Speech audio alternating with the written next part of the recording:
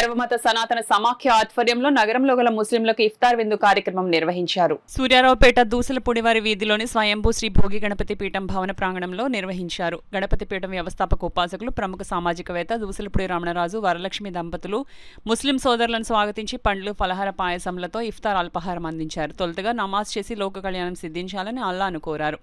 నగరానికి చెందిన 60 మంది సామాన్య ముస్లింలు ఇఫ్తార్లో పాల్గొన్నారు. రమణరాజు మాట్లాడుతూ దేశ స్వాతంత్ర్యానికి పూర్వం నుండి సర్వమత సనాతన సమాఖ్య ప్రపంచ స్థాయిలో భారత ప్రగతి కోసం ఎందరో మహానుభావులు కృషి చేసిన విషయాన్ని గుర్తు చేశారు. కార్తీక ధనుర్మాసోత్సవాల్లో శైవులు, వైష్ణవులు భక్తి ప్రవృత్తులు పాటించే రీతిగా రంజాన్ నెల రోజులు పగటి వేళల్లో కటిక ఉపవాసం చేస్తూ రోజుకు 5 సార్లు నమాజ్ పాటిస్తూ సంపాదనలో కొంత భాగాన్ని పేదలకు అందించడం వంటి సత్కార్యాలు చేపడుతూ దుష్కార్యాలకు దూరంగా ఉండే ఆధ్యాత్మిక ఉత్సవాలు జరుపుకుంటున్న ముస్లిం కుటుంబాలకు శుభాకాంక్షలు తెలిపారు. ప్రతి ఏటా నగర గణేష నిమజ్జనం ఊరేగింపులో పెద్ద మసీదు వద్ద వందలాది మంది హిందువులకు ముస్లింలు అల్పాహారం అందించడం మరువలేనిదన్నారు. బాబీ నాంచారామ కుటుంబీకులు ప్రతి వేసవిలో తిరుమల వెంకనకు లాంఛనాలు చెల్లించి తలనీలాలు ఇవ్వడం, శబరిమల అయ్యప్ప దర్శనానికి వెళ్లే భక్తులు వావర్ మసీదుకు వెళ్లి కొండకు ఎక్కడం, భద్రాచలం ఆలయ నిర్మాణంలో భక్త రామదాస్ కు కబీర్ అందించిన ఆధ్యాత్మిక మార్గం సమాజానికి ఆదర్శ మార్గం అన్నారు. ముస్లిం సీనియర్ సిటిజన్ మహమ్మద్ సులేమన్ మాట్లాడుతూ అల్లా అనుగ్రహం ఉంటే అన్నీ ఉన్నట్లేనని సామరస్యంతో గణపతి పీఠం ఉపాసకులు ఇఫ్తార్ విందుకు ఆహ్వానం చేయడం అభినందనీయమని అల్లావుద్దీన్, షాజహాన్, మొహిద్దీన్, మక్సూమ్, షేక్ కరీం, ఎండి అలీషా, దియా, జియావుద్దీన్, షేక్ బాబ్జీ, అన్వర్ అలీ హర్షం వ్యక్తం చేశారు.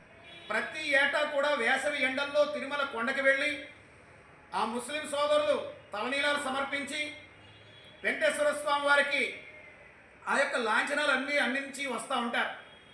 అట్లాగే అయ్యప్ప దీక్షాపరులు మండలకాల దీక్ష చేసి శబరిమలకి వెళ్ళేటప్పుడు వావర్ స్వామి మసీదుకి వెళ్ళి దర్శించిన తర్వాతే కొండెక్కుతారు.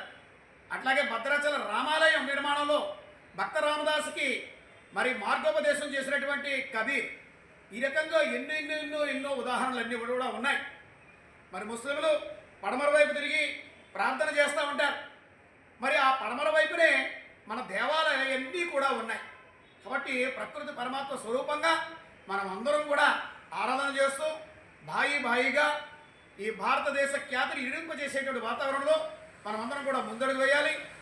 మరి ఈ ఏడాది నుంచి ఆగస్టు 15న స్వాతంత్ర దినోత్సవ రోజున కానీ, జనవరి 26న రిపబ్లిక్ డే రోజున కానీ మరి ప్రత్యేకంగా ఒక కమ్యూనిటీ హాల్లో ప్రత్యేకంగా హిందూ మత పెద్దలు కానీ, క్రైస్తవ మత పెద్దలు కానీ, అదేవిధంగా ముస్లిం మత పెద్దలు కానీ, పారసీకులైనటువంటి మత పెద్దలు కానీ, బౌద్ధ మతానికి సంబంధించిన మత పెద్దలు కానీ, ఏ మతానికి వారికి సంబంధించినటువంటి పెద్దలందరినీ కూడా ఆహ్వానం చేసి ప్రత్యేకమైనటువంటి విందు కార్యక్రమాల్ని నిర్వహణ చేయాలనేటువంటిది సర్వమత సనాతన సమాఖ్య అజెండాగా ఈ రోజున తీర్మానించడం జరిగింది.